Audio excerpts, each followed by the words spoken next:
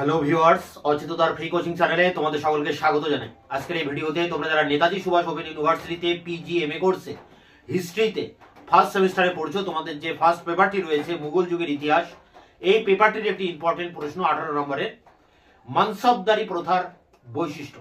এই প্রশ্ন নিয়ে বিস্তারিত আলোচনা করব। আলোচনার শেষে যে উত্তর রয়েছে সেই অ্যান্সার শিট তোমাদের সামনে তুলে ধরবো। তার আগে বোর্ডে কি লেখা রয়েছে আমরা একবার দেখে নিই। Netaji Subhas open university PG MA history first year first paper, মনসবদারি ব্যবস্থার বৈশিষ্ট্য, 18 নম্বরের প্রশ্ন। 2024-এর জন্য খুবই ইম্পর্টেন্ট। আমি যে সাজেশন তোমাদেরকে দিয়েছি সেই সাজেশনের প্রশ্ন, এবং সাজেশনের প্রতিটা প্রশ্ন ধরে ধরে আমি একের পর এক প্রত্যেকটা প্রশ্নের অ্যান্সার আমি তোমাদের সামনে নিয়ে আসবো। তাই অবশ্যই তোমরা চ্যানেলকে সাবস্ক্রাইব করে রাখবে। দেখো, এখানে মনসবদারি প্রথা, এটা কিন্তু আকবর চালু করেছিলেন মুঘল যুগে। মনসবদারি প্রথা আর জায়গিরদারি প্রথা দুটি একে অপরের পরিপূরক। অ্যাকচুয়ালি মনসবদারি কথাটির মানে হচ্ছে পদমর্যাদা, অর্থাৎ সরকারি যে কর্মচারী তারা কে কোন পোস্টে চাকরি করছেন, কে কত বড় কর্মচারী, তার গুরুত্ব কতটা, এটা বোঝাতে এই মনসব কথাটি ব্যবহার করা হয়েছিল। মুঘল যুগে যে সমস্ত সেনাপতিরা ছিলেন তাদের অধীনে সেনারা থাকতো। কোন সেনাপতির অধীনে হয়তো 1000 সেনা রয়েছে, ওই সেনাগুলোর মনসবদার হতেন একজন প্রধান সেনাপতি হতেন, তাকে বলা হতো মনসবদার। এবং তিনি কতটা মনসবদার? 1000 সৈন্যের মনসবদার। এই জন্য এই মনসবদারি প্রথায় দুটো দিক রয়েছে, একটা রয়েছে জাট আর একটি রয়েছে সওয়ার। জাট কথাটার ভিতর দিয়ে তার পদমর্যাদার গুণগত মানটাকে বোঝাতো, অর্থাৎ কেউ হয়তো 5000 সেনার মনসবদার, কেউ 1000 সেনার মনসবদার, কেউ 500 সেনার মনসবদার, এইভাবে কত সংখ্যার মনসবদার এটা বোঝাতে জাট কথাটি ব্যবহার করা হতো।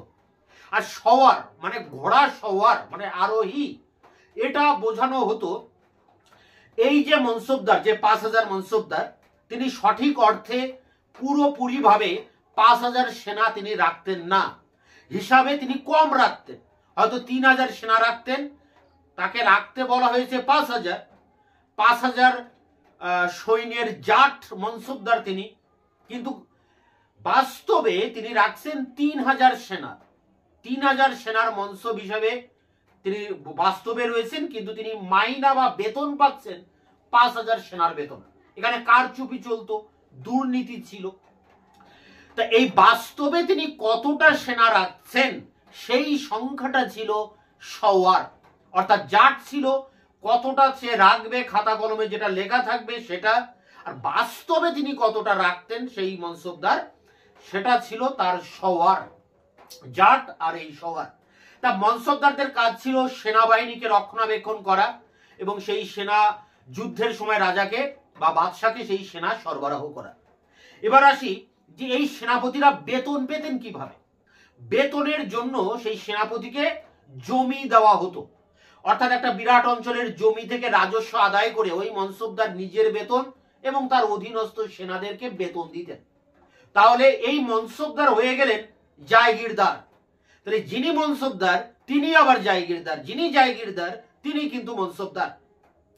এই মনসবদারি প্রথায় আবুল ফজলের বর্ণনা অনুযায়ী প্রায় 33টি স্তর ছিল। মানে 10 জন সেনার একজন মনসবদার যেমন ছিল, আবার 10,000 সেনারও মনসবদার ছিল।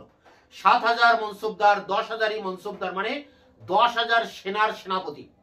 তা এই 10,000 সেনার সেনাপতি বা মনসবদার এগুলো রাজপুরুষেরা হতেন, যুবরাজেরা হতেন সাধারণত।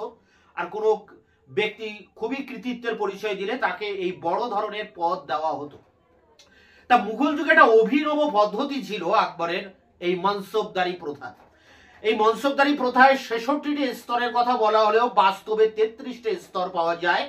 এবং এই মনসবদারদের অধীনে যে সমস্ত সেনারা থাকতেন সেই সমস্ত সেনাদের ভিতরেও আবার অনেক ভাগ ছিল।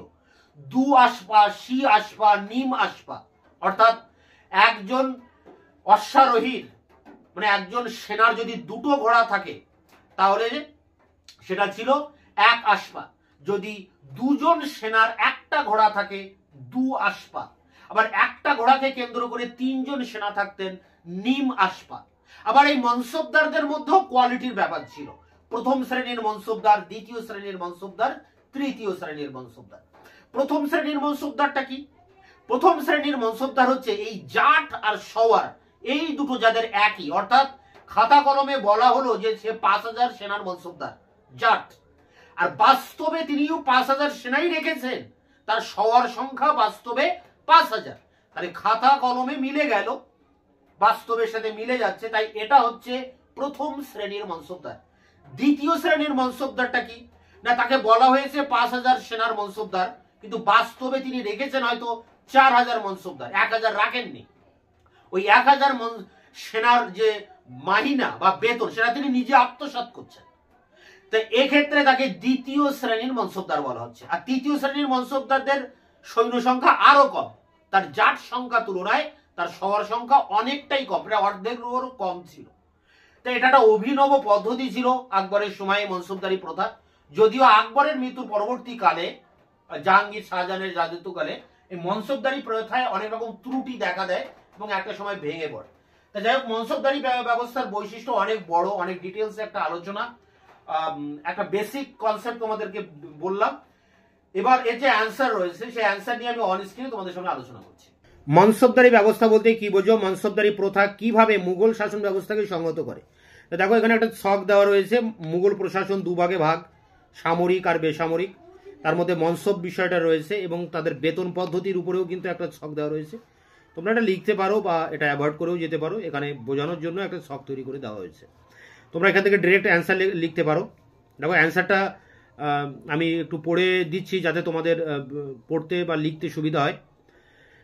দেখো লাইন টু লাইন বলে দিচ্ছি কিভাবে লেখা আছে। মুঘল আমলে সামরিক ও বেসামরিক ব্যবস্থার মূল ভিত্তি ছিল আকবর প্রবর্তিত মনসবদারি প্রথা। ভারতে মুঘল শাসন প্রতিষ্ঠার বহু পূর্ব থেকেই মনসব কথাটি মধ্য এশিয়ায় মুসলিম দেশগুলিতে প্রচলিত ছিল। চেঙ্গিস খা, তৈমুর লংয়ের শাসন ব্যবস্থা এই প্রথার অস্তিত্ব লক্ষ্য করা যায়। ভারতের সুলতানি আমলেও এই রূপ ব্যবস্থা একটু অন্যভাবে প্রচলিত ছিল, তবে আকবরই যে এর প্রবর্তক তা বলা যায় না। তবে মুঘল যুগে যে মনসবদারি ব্যবস্থা প্রচলিত ছিল তা আকবরের নিজস্ব উদ্ভাবন। এই ব্যবস্থার মূল নীতিগুলি আগে থেকে চালু থাকলেও মুঘল যুগে মনসবদারি সংগঠন ও নিয়মকানুন সর্বপ্রথম আকবরই উদ্ভাবন করেন। এম আতাহার আলী তার the Mughal nobility under Aurangzeb গ্রন্থে এবং ইরফান হাবিব দ্য মনসব সিস্টেম প্রবন্ধে ও Abdul Aziz the mansabdari system of the Mughal army গ্রন্থে মনসবদারি ব্যবস্থা সম্পর্কে আলোচনা করেছেন। প্যারা করে দেখো, তোমরা এই ঐতিহাসিকদের নামগুলো আন্ডারলাইন করবে। আব্দুল আজিজের মতে আকবর মনসব ব্যবস্থা প্রবর্তনের সময় পূর্ব তুর্কো আফগান যুগে প্রচলিত সামরিক ব্যবস্থা দ্বারা অনুপ্রাণিত হয়েছিলেন। তুর্কো আফগান যুগে দশমিক ব্যবস্থা অনুযায়ী সামরিক বাহিনী গড়ে সংগঠিত ছিল। ক্রমপর্যায় অনুসারে তখন নিম্ন স্তর থেকে উপরের দিকে যথাক্রমে সর ই কাহিল ও খান নায়ক সেনা নায়কদের অবস্থান ছিল। প্রত্যেকের অধীনে 10 সংখ্যার গুণিতকে সওয়ার বা সৈনিক থাকত এবং সুলতানের অধীনে থাকত 10 জন খান, অর্থাৎ সর্বনিম্নে সার ই কাহিলের সওয়ার ছিল 10 জন এবং সর্বোচ্চ সম্রাটের সওয়ার ছিলেন অন্তত 10 লক্ষ। চেঙ্গিস খার মঙ্গল বাহিনীতেও সামান্য পরিবর্তন সহ এই ধরনের ক্রমপর্যায় চালু করে রেখেছিলেন। আব্দুল আজিজ তার mansabdari system in the Mughal army গ্রন্থে লিখেছেন the origin of the mansab system in this decimal system of organisation of armies. মনসব শব্দটি ব্যাখ্যা প্রসঙ্গে আতাহার আলী লিখেছেন, মনসব হলো কোনো ব্যক্তিকে প্রদত্ত মর্যাদা এবং তার কর্তব্য ও দায়িত্বের পরিচায়ক ও ভিত্তি। নিয়মানুযায়ী নির্বাচিত পদ ও প্রার্থীকে একটি তালিকা প্রস্তুত করে সম্রাটের কাছে পেশ করতেন। সম্রাট ব্যক্তিগতভাবে প্রার্থীদের সাথে সাক্ষাতের পর তার সিদ্ধান্ত জানাতেন। সম্রাটের অনুমোদিত নামগুলি দেওয়ান ও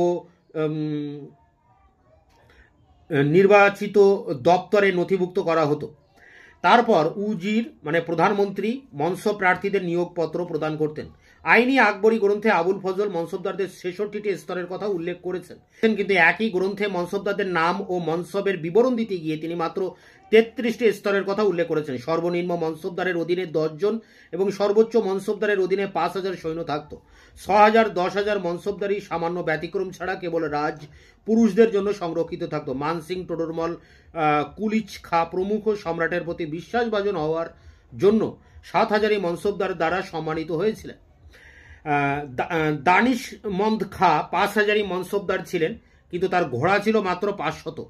আরভিন দেখিয়েছেন লুৎফুল্লাহ খান 7,000 মনসবদার ছিলেন, কিন্তু তার অধীনে 7টা গাধাও ছিল না। আবার এর উল্টো চিত্রও ছিল। প্যারা করে আবার একজন মনসবদার জাট ও সওয়ার এই দুটি পদের অধিকারী হতে পারতেন। ব্লকম্যানের মতে একজন মনসবদারের অধীনে অনুমোদিত সৈন্য সংখ্যার সূচক ছিল জাট পদ, এবং সে প্রকৃতপক্ষে যত সৈন্য রক্ষণাবেক্ষণ করত তার দ্বারা নির্ধারিত হতো তার সওয়ার পদ। ডক্টর ঈশ্বরী প্রসাদের মতে জাট পদ মনসবদারদের ব্যক্তিগত পদমর্যাদার সূচক এবং সওয়ার ছিল তার অধীনে রক্ষিত অতিরিক্ত সৈন্যবাহিনীর সূচক। ডক্টর আর.পি. ত্রিপাঠী মনে করেন সওয়ার ছিল মনসবদারদের অতিরিক্ত সম্পর্ক ও মর্যাদার সূচক। প্যারা করে দেখো, জাট ও সওয়ার সংখ্যা অনুপাত অনুযায়ী মনসবদারদের 3টি শ্রেণীতে ভাগ করা যায়। 1, যে মনসবদাররা জাট ও সওয়ারের সংখ্যা সমান তিনি ছিলেন প্রথম শ্রেণীভুক্ত। 2, যার সওয়ারের সংখ্যা জাট সংখ্যার অর্ধেক তিনি ছিলেন দ্বিতীয় শ্রেণীভুক্ত। 3, সেই সব মনসবদার যাদের সওয়ারের সংখ্যা জাট সংখ্যার অর্ধেকেরও কম কিংবা যার অধীনে কোনো সওয়ার থাকতো না তিনি ছিলেন তৃতীয় শ্রেণীভুক্ত। প্রতিটি সৈনিকের অধীনস্থ ঘোড়ার সংখ্যার ভিত্তিতে তাদের কয়েকটি ভাগে ভাগ করা হতো। সৈনিকদের অধীনে 3টি ঘোড়া থাকতো তাকে বলা হতো শি আশপা, যার অধীনে 2টি ঘোড়া থাকতো তাকে বলা হতো দু আশপা, এবং যার অধীনে 1টি ঘোড়া থাকতো তাকে বলা হতো 1 আশপা। এছাড়া অনেক ক্ষেত্রে 2 জন সৈনিকের 1টি ঘোড়া থাকতো, এদের বলা হতো নিম আশপা। সাধারণত মনসবদারদের সব ধরনের সৈনিক মিলিয়ে নির্দিষ্ট সংখ্যা পূরণ করতে হতো। প্যারা করে দেখো, মনসবদারদের বেতন দেওয়া হতো দুভাবে, জমি বন্দোবস্তের মাধ্যমে এবং নগদে। যে সকল মনসবদার নির্দিষ্ট জমির রাজস্বের অধিকারী হয়ে নিজের খরচ মেটাতেন তারাই জায়গিরদার নামে পরিচিত হতেন। যারা নগদ বেতন পেতেন তাদের বলা হতো মনসবদার ই নগদী। তবে মনসবদারদের জায়গির জমি নির্দিষ্ট করা হতো। যেহেতু প্রতিটি মনসবদারদের অধীনে জাট ও সওয়ার 2টি পদ থাকতো, সেহেতু বেতন নির্ধারণে পৃথক পদ্ধতি অনুসৃত হতো। মনসবদারি ব্যবস্থায় মাসিক হিসাব ও অনুপাতের প্রচলন করা হয়। এই প্রথা প্রবর্তনের কারণ সম্ভবত জায়গির জমির সরকারি মূল্যায়ন বা জমা এবং আদায়কৃত রাজস্বের বা হাসিলের মধ্যে পার্থক্য। এরূপ ক্ষেত্রে জায়গিরগুলি ষান্মাসিক ও ত্রৈমাসিক নামে অভিহিত হতো। এছাড়া অনুমোদিত দাবির তুলনায় বেতন হ্রাসের প্রথাও চালু ছিল। প্যারা করে দেখো, সাধারণভাবে মনসবদারদের নিজেরাই নিজেদের ঘোড়া ও সরঞ্জাম কিনলেও অনেক সময় সরকার তাদের যোগান দিত। এই সব ঘোড়া চিহ্নিত করার জন্য 2টি মার্কা বা দাগ দেওয়া হতো, একটি সরকারি ছাপ এবং অপরটি মনসবদারের ছাপ। ব্যক্তির ক্ষেত্রে চেহারা বা বর্ণনামূলক হাজিরা পদ্ধতি চালু করা হয়েছিল। একজন সওয়ার কত বেতন পেতেন তা এইরূপ, প্রতি 10 সওয়ারের 20টি ঘোড়া থাকতো। একজন সওয়ারের বেতন নির্ধারিত হতো কতগুলি ঘোড়া তিনি রাখছেন সেই সেনার খোরাকি মানে ইরাকি ঘোড়া থাকতো, তার মাসিক বেতন হতো 30 টাকা। দো আশপা ঘোড়ার মালিক পেত 25 টাকা, তুর্কি ঘোড়ার মালিক পেত 20 টাকা। আকবরের আমলে 3টি ঘোড়া আছে এমন মুঘল, আফগান ও ভারতীয় মুসলিম শহরের মাসিক বেতন ছিল 25 টাকা। অভ্যন্তরীণ বিন্যাস ও সামাজিক ভিত্তির ক্ষেত্রে দেখা যায় যে মনসবদারদের মধ্যে ছিল ইরানি অর্থাৎ পারস্য থেকে আগত মুসলমান, তুরানি অর্থাৎ মধ্য এশিয়া থেকে আগত মুসলমান, আফগান ও ভারতীয় মুসলমান, এবং রাজপুত, মারাঠা প্রভৃতি হিন্দু মনসবদার। আকবর থেকে ঔরঙ্গজেব পর্যন্ত সকল মুঘল বাদশাহী সাম্রাজ্যের মিত্র অন্বেষণে ব্যস্ত থাকতেন। যেখানে কোনো জাতি বা গোষ্ঠী বেশি ক্ষমতাশালী হয়ে উঠেছে তখনই তাদের মনসব দিয়ে মুঘল শাসন ব্যবস্থায় সামিল করার চেষ্টা হয়েছে। অধ্যাপক গৌতম বুদ্ধ দেখিয়েছেন 1620 খ্রিস্টাব্দে উচ্চতম পর্যায়ে 100 মনসবদারের মধ্যে 22 জন ছিল তুরানি, 33 জন ইরানি, 8 জন আফগান, 11 জন ভারতীয় মুসলমান, 4 জন অন্য স্থান থেকে আগত মুসলমান, 21 জন রাজপুত, 5 জন মারাঠি ও অন্যান্য হিন্দু 1 জন। 1656 খ্রিস্টাব্দ নাগাদ এই অনুপাত ছিল মোটামুটি অপরিবর্তিত। ঔরঙ্গজেবের রাজত্বকালের শেষ দিকে অন্যান্য গোষ্ঠীর আনুপাতিক হারের বিশেষ পরিবর্তন না ঘটলেও মারাঠাদের মনসব প্রাপ্তির হার উল্লেখযোগ্যভাবে বৃদ্ধি পায়, কারণ দাক্ষিণাত্যের সংগ্রামে জয়লাভের জন্য তিনি মনসব প্রদানের মাধ্যমে মারাঠা সর্দারদের কিনে নেওয়ার চেষ্টা করেছিলেন। প্যারাগড়ে অধ্যাপক গৌতম ভদ্র মনসবদারি ব্যবস্থার কয়েকটি বৈশিষ্ট্যের উল্লেখ করেছেন। 1, মনসবদারগণ কয়েকটি নির্দিষ্ট জাতিভিত্তিক গোষ্ঠী থেকে নির্বাচিত হতো, যেমন হিন্দুদের মধ্য থেকে রাজপুত ও পরবর্তীকালে মারাঠা, এবং মুসলমানদের মধ্য থেকে তুরানি ও ইরানি। আবার এদের মধ্যেও নির্বাচনের ক্ষেত্রে ক্ষমতা ও বংশকৈলিন্য ছিল গুরুত্বপূর্ণ মানদণ্ড, ফলে কোনো সাধারণ মানুষের পক্ষে মনসবদার শ্রেণীর অন্তর্ভুক্ত হওয়া সম্ভব ছিল না। 2, প্রত্যেক গোষ্ঠীতে তার নিজের লোকেদের বেশি করে মনসব পাইয়ে দেওয়ার চেষ্টা করত। তারা আরও চাইত যে তাদের গোষ্ঠীভুক্ত মনসবদাররা যেন নিরাপদ জায়গা লাভ করে। স্বার্থ রক্ষার জন্য এই গোষ্ঠীগুলির মধ্যে প্রতিদ্বন্দ্বিতা লেগে থাকত। এর চরম প্রকাশ ঘটত সিংহাসন নিয়ে উত্তরাধিকার সংক্রান্ত দ্বন্দ্বের সময়। 3, মনসবদারদের একাংশ একটি ভূমিকেন্দ্রিক রাজনৈতিক ক্ষমতার অধিকারী ছিল, যেমন রাজপুত ও মারাঠা। তাছাড়া ওয়াতন জায়গিরের অধিকারী ছিল, তাদের ক্ষেত্রে এই চরিত্রটি স্পষ্ট। তথাকথিত বিদেশি মুসলমান মনসবদারদের কোনো ভূমিকেন্দ্রিক স্বার্থ ছিল না, তারা ঐতিহ্যের উপর নির্ভর করে এদেশের শাসন ব্যবস্থার একটি মৌরসী বন্দোবস্তে সচেষ্ট ছিল। ইরানিরা ছিল পরিবার কেন্দ্রিক ও ব্যক্তিগত বোঝাপড়ার মাধ্যমে নিজেদের ক্ষমতা বজায় রাখতে চেষ্টা করত, কিন্তু তুরানিরা ছিল বেশি সংঘবদ্ধ ও তারা জাতিগত ভিত্তির উপর গুরুত্ব দিত। জাহাঙ্গীর প্রথমে মনসবদারি ব্যবস্থায় কিছু পরিবর্তন আনেন। পরবর্তী মুঘল সম্রাট জাহাঙ্গীরের রাজত্বকালে আকবরের আমলে প্রতিটি সেনাবাহিনীকে অশ্বারোহী বিপুল অশ্ব নেওয়ার প্রয়োজন দেখা দিয়েছিল। জাহাঙ্গীরের রাজত্বকালে রাজনৈতিক অনিশ্চয়তার ফলে সেনাবাহিনীর উপর প্রশাসনিক নিয়ন্ত্রণ বিশেষভাবে হ্রাস পেয়েছিল। সম্রাট ঘোড়া সওয়ারদের ভরণ পোষণের খাতে অর্থ হ্রাস করে 200 টাকা ধার্য করেন। তাছাড়া তার দ্বিতীয় পরিবর্তন হল আমগাঁও শিয়ালগাঁও প্রবর্তন। প্যারা করে শাহজাহান মনসবদারি প্রথা পুনর্গঠন করে আকবর কর্তৃক প্রবর্তিত নিয়মগুলির কিছু পরিবর্তন করেছিলেন। এই সময় 100 সওয়ার পদে মনসবদারদের সংখ্যা 3/1 অশ্বারোহী ও সমসংখ্যক অশ্ব পোষণ করা ছিল বাধ্যতামূলক। সম্রাটের রাজত্বের 21তম বর্ষে 3/1 সংখ্যার পরিবর্তে 5/1 সংখ্যা প্রবর্তন করা এবং ওই নিয়ম সম্রাট ঔরঙ্গজেবের রাজত্বকালে অব্যাহত থাকতে দেখা যায়।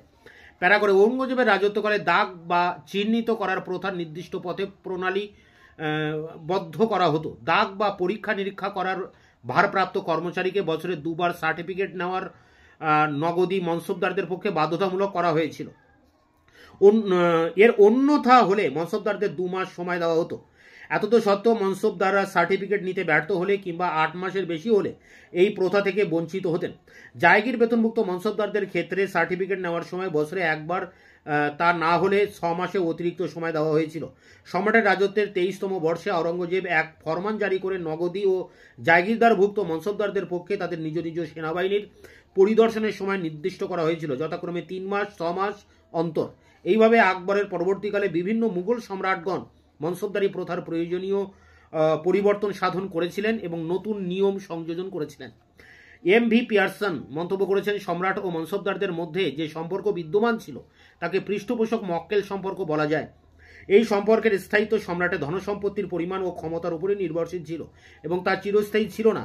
আকবর তার নিজস্ব গুণাবলী ও যুদ্ধ জয়ের দ্বারা মনসবদারদের আনুগত্য লাভ করতে সক্ষম হয়েছিলেন। শাহজাহানের ব্যর্থতা আনুগত্যের সেই বাঁধনকে দুর্বল করে তুলেছিল। ঔরঙ্গজেবের সাম্রাজ্য তৈরির নীতি আবার গ্রহণ করলে দাক্ষিণাত্যে তার ব্যর্থতা মনসবদারদের আনুগত্যে ফাটল ধরায়। বস্তুত এই ব্যবস্থার বলে মুঘল সম্রাটরা অল্প আরামে এবং সামান্য প্রশাসনিক পরিকাঠামোয় এক বিশাল সেনাবাহিনী গড়ে তুলতে সক্ষম হয়েছিলেন। মনসবদাররা সম্রাটের প্রতি ব্যক্তিগত আনুগত্য, কর্তব্যবোধ এবং ভবিষ্যৎ উন্নতির আশায় তাদের সর্বশক্তি দিয়ে সম্রাটের কাজে আত্মনিয়োগ করে সম্রাটের হাতকে শক্ত করেছিল। প্যারা করে সর্বোপরি মনসবদারদের জাতিভিত্তিক গঠন তাদের মধ্যেই এক ধরনের আরোপিত নিয়ন্ত্রণ কায়েম করেছিল। তুর্কি, উজবেক, পার্সিক, আফগান, রাজপুত প্রভৃতি জাতিগোষ্ঠীর মধ্যে পারস্পরিক সন্দেহ, ঈর্ষাবোধ তাদের একত্রিতভাবে সম্রাট বিরোধিতার পথে বাধা সৃষ্টি করেছিল। সম্রাট প্রয়োজনে একের বেয়াদপির বিরুদ্ধে অন্যকে স্বচ্ছন্দে ব্যবহার করে নিজেকে বিপদমুক্ত রাখতে পারতেন। রাজকীয় আনুকূল্য পাওয়ার জন্য বিভিন্ন গোষ্ঠীর মনসবদাররা তাদের বাহিনী ও কাজের মধ্যে ন্যূনতম দক্ষতা, বিশ্বাসযোগ্যতা প্রদর্শনের চেষ্টাও করতেন। আগেই উল্লেখ করা হয়েছে যে মনসবদারি প্রথা ছিল একের মধ্যে অনেক। আসলে যদুনাথ সরকারের ভাষায়, it is the army, the peerage at the civil administration all rolled into one, অর্থাৎ দরবারে অভিজাত কিংবা প্রদেশের প্রশাসক, এমনকি বিচারক, ডাক ব্যবস্থার নিয়ামক ইত্যাদি সকলেই এই ব্যবস্থার অন্তর্ভুক্ত ছিলেন। একাধারে বহুরূপ এই ব্যবস্থার সাফল্য নির্ভরশীল ছিল সম্রাটের বিচক্ষণতা, দূরদৃষ্টি এবং ব্যক্তিত্ব সম্পন্ন সহানুভূতির উপর।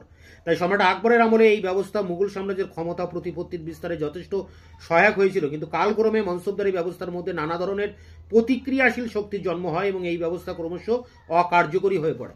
প্যারা করে মনসবদারি ব্যবস্থার ত্রুটি দুর্বলতাগুলি ছিল কিছুটা সহজাত এবং কিছুটা আরোপিত।